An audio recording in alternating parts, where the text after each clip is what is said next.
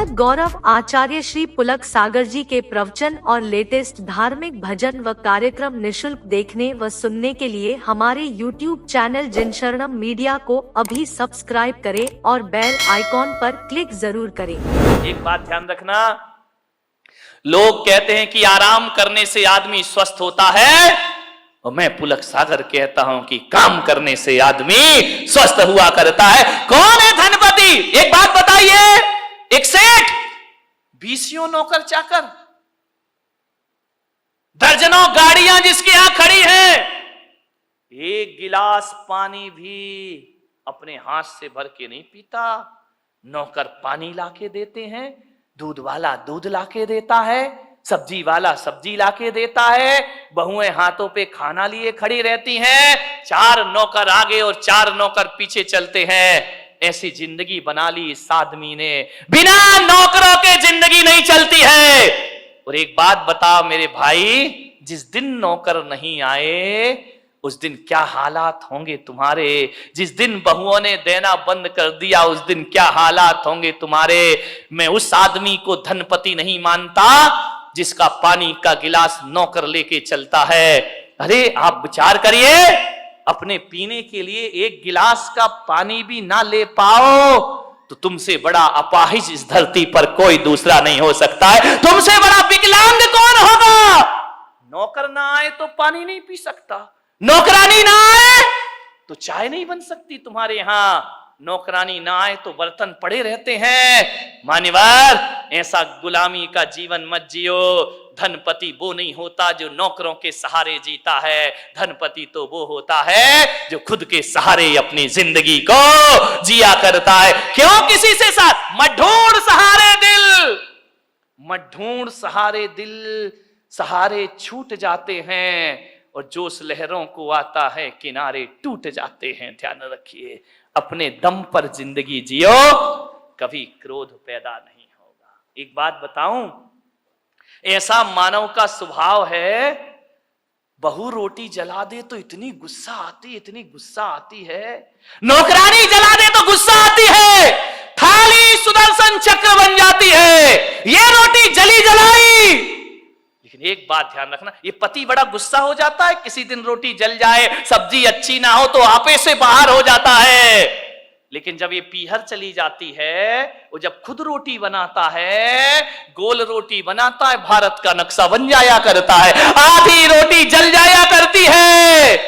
बताओ, एक बात बताओ, अपने हाथ की जली रोटी भी बड़ी स्वादिष्ट लगा करती है, इतने प्यार से खाता है, जली रोटी खा जाएगा। पत्नी जला दे तो रोटी कम जलती है, तुम्हारा दिल ज्यादा जलता है। ध्यान रखिए, विचार करिए, क्रोध से बचने का प्रयास करिए। अपने हाथ से काम बिगड़ जाए तो गुस्सा नहीं आती है, और दूसरे के, तुम्हारे सासू के हाथ से प्याला फूट गया, बहू के हाथ से प्याला फूटा, सासू की झनकार शुरू हो जाया करती है, देख के नहीं चलती, अंधी है, बीच में रख देती है, एक तरफ नहीं। ध्यान रखना, बहू के हाथ से टूटा तो भी बहू गाली खाए, और धोखे से सासू के हाथ से टूटा तो भी बहू गाली खाएगी। क्यों? तेरे को 50 बार बोला ना कि बीच में मत रखा कर, देख मैं निकल रही थी, टूट गया ना, पैर की ठोकर लग, इसमें भी बहू जिम्मेदार है। बारे आदमी खुद तोड़े तो भी बहू जिम्मेदार, और बहू तोड़े तो भी बहुएं। ताली बजा दो जरा। आज सास को कोई सुनाने वाला मिला है दुनिया में, ध्यान रखिए। बहू की गलती तो भी बहू को डांट, सास की गलती तो भी बहू को डांट। ऐसे घर कैसे चलेगा तुम्हारी जिंदगी का? ध्यान रखिए, समझदारी रखिए थोड़ी सी। पत्नी तेज तर्रार, एक बात याद रखना, पत्नी गुस्सा वाली हो तो ज्यादा परेशान मत होना। जिनकी पत्नी तेज तर्राट होती है वो आदमी महान पुरुषों में नाम आता है उसका, महापुरुष कहलाया करता है। कालिदास की पत्नी बड़ी तेज तर्राट थी भाई, इतनी तेज, इतनी तेज। कालिदास की पत्नी तेज तर्राट। तुकाराम संत इनकी पत्नी तो और तेज तर्राट थी, आसमान में भाव रहता था। ध्यान रखिए, दशरथ की पत्नी कैकई बड़ी तेज तर्राट थी। आप ध्यान रखिए, यदि आपकी पत्नी गुस्सा करती है तो सोचना आज से हम महापुरुष बनने की तैयारियां शुरू कर रहे हैं। हमारी किस्मत में महान पुरुष बनना लिखा हुआ है। तेज तर्राट पत्नी सौभाग्य है, लेकिन महान पुरुष तब बनेंगे जब पत्नी तेज हो और पति, कौन महिला बोली, शांत हो। इतनी खुश हो गई, महाराज कर दो आज इनको शांत कैसे भी। पत्नी तेज और आप शांत हैं तो महापुरुष हैं। ध्यान रखना। क्या हुआ, संत तुकाराम की पत्नी ने कहा कि जाओ गन्ने से खेत लेकर के, खेत से गन्ने लेकर के आओ। तुकाराम गए, बोले ठीक है, जो देवी जो तेरी आज्ञा। आजकल यही चल रहा है। एक साधु से एक आदमी ने पूछा, और संत जी बताइए आप कैसे हैं, सब ठीक है, अच्छा चल रहा है क्या? संत ने कहा, यार हम तो सन्यासी हैं, हम तो साधु संत हैं, जैसा राम रखता है वैसे हम रहते हैं। संत ने उस आदमी से पूछ लिया कि बता भाई तू कैसा है, तू सुखी है कि नहीं? बोले संत जी तुम तो सन्यासी हो, जैसा राम रखते हैं तुम वैसा रह लेते हो, हम तो ग्रस्त हैं। तो बोले क्या हुआ, सुखी है ना? बोले हम तो ग्रस्त हैं, तुम तो ऐसे रहते हो जैसा राम रखता है, और हम ऐसे रहते हैं जैसे सीता रखती है, वैसे हमारी गृहस्थी चलती। तुम राम भरोसे, हम सीता भरोसे जिया करते हैं। ध्यान रखिए, विचार करिए। संत तुकाराम की पत्नी ने कहा जाओ खेत से गन्ने लेकर आओ। तुकाराम चले गए, जैसी सीता जी की आज्ञा चले गए। अरे सीता की आज्ञा तो राम को भी पालना पड़ती है ना। सीता ने कहा सोने का हिरण लेके आओ। अब राम को इतना नहीं था कि सोने का हिरण होता ही नहीं है, लेकिन कौन मुंह लगे इनके, चलो लाओ और इनको। झगड़ा कौन मोल ले, नहीं जाते, सीता रूठी रूठी फिरती, इसलिए बोले चलो यार ये सोने का कह रही, ला दो, दे दो इसको सोने का, शांति हो जाएगी। पत्नी ने कहा गन्ने लेकर आओ। सुबह के गए संत तुकाराम गन्ना लेने, शाम होने लगी, पत्नी फिर बाहर फिर भीतर फिर अब तो क्रोध का पारा तो बढ़ गया कि यार इस आदमी से इतना भी काम नहीं होता है। गन्ना लाने के लिए कहा, अभी तक ये लौटा ही नहीं है। ध्यान रखिए, बात करके पूरी कर। गन्ना लेने गया, अभी तक नहीं लौटा, फिर बाहर फिर भीतर, 1000 गालियां बकी। शाम जब सूरज ढलने लगा तो तुकाराम जी चले आ रहे खेत से, बच्चे मिल रहे, संत जी, बाबा जी, सबको एक एक गन्ना पकड़ाते आ रहे, तू ले ले, तू ले ले।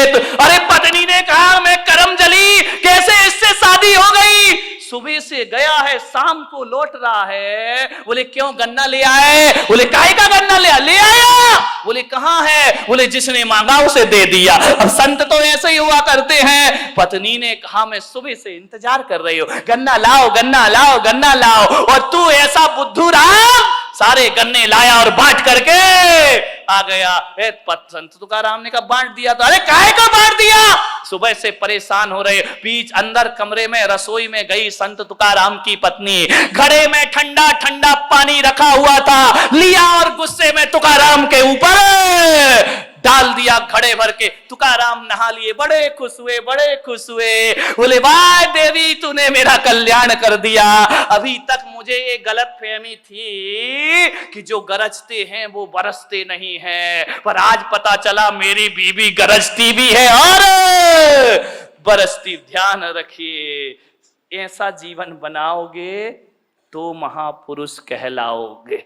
नहीं अब तुम लोग रहम करना, नहीं तो आज ही फ्रिज का पानी डाल दो कि आओ मैं तुम्हें महापुरुष बना दूं। ध्यान रखिए मान्यवर, एक गरम तो एक ठंडा हो, दोनों ही गर्म होंगे तो घरों में आग लग जाएगी। मेरे भाई ध्यान रखना, परिवार के सुख चैन में आग लग जाएगी। आपकी शादी हो गई, जल्दी बताओ फिर प्रवचन खत्म करना है, शर्माओ नहीं। हो गई कि नहीं, कि सब भाग के आए हैं? शादी हुई है ना? कोर्ट मैरिज वाले तो नहीं हो ना? सबकी शादी हो गई ना? शादी में 7 फेरे, कितने फेरे लगते हैं बता दो, मेरे को मालूम नहीं कितने फेरे लगते।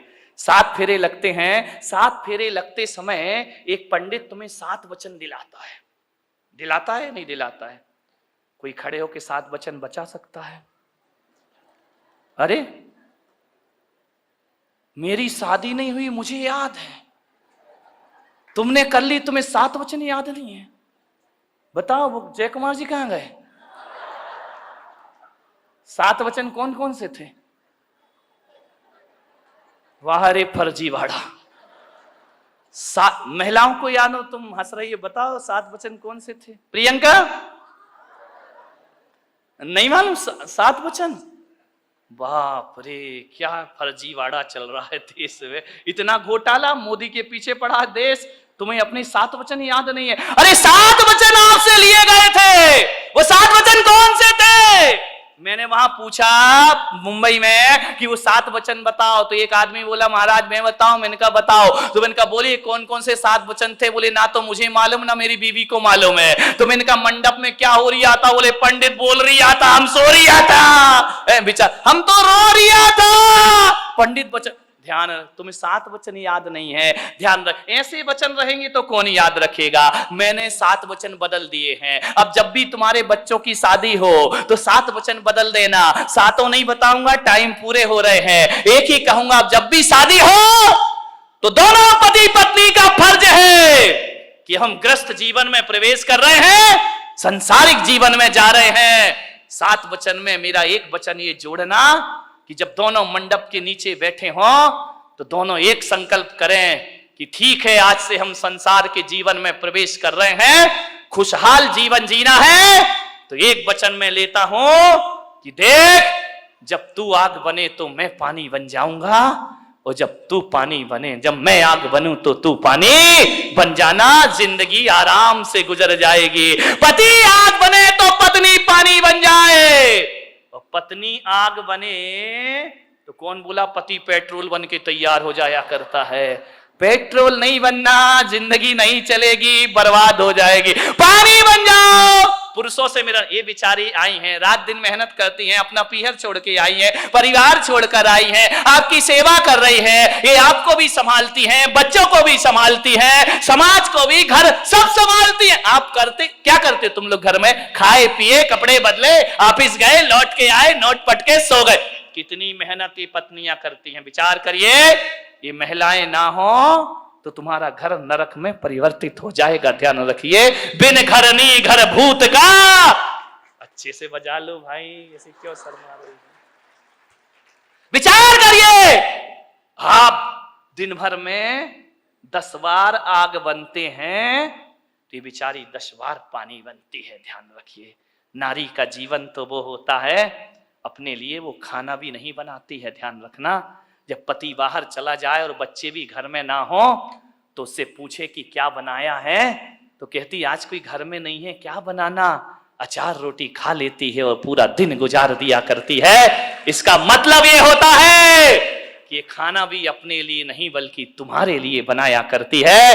ये घर को व्यवस्थित भी तुम्हारे लिए किया करती है। और किसी के बच्चे को जन्म देने की यदि पीड़ा सहती है ना, ये नारी अपने लिए नहीं सहती, तुम्हारे वंश को कायम रखने के लिए इतने दर्द सहा करती है। ध्यान रखिए, नारी का बलिदान, नारी का त्याग, सब कुछ छोड़ के तुम्हारी सेवा में लगी है। 10 बार आग बनते हो, ये बेचारी 10 बार पानी बनती है।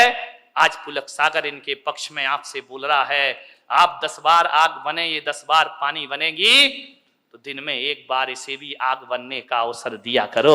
और तुम पानी बन करके एक बार भी अवसर नहीं दोगे उसको पानी बनने का, एक मौका तो मिलना चाहिए ना कि एक बार मैं भी आग बनूं तो तुम्हें। कौन बोला हमारे यहां तो पूरी होलिका आई है महाराज, पानी बनती नहीं है। ध्यान रखिए। मान्यवर, समय हो गया है, बात अधूरी है, फिर कभी पूरा करूंगा। 10 मिनट मैंने ज्यादा लिए, माफी चाहता हूं, बातों में भावनाओं में बह गया, विषय अधूरा है। एक संकल्प करके यहां से उठना कि घर में 10 सदस्य हो या 50 या 2 सदस्य हो, मेरी बस एक बात मानना, जब एक आग बने तो अपन को पानी बनने का प्रयास करना है।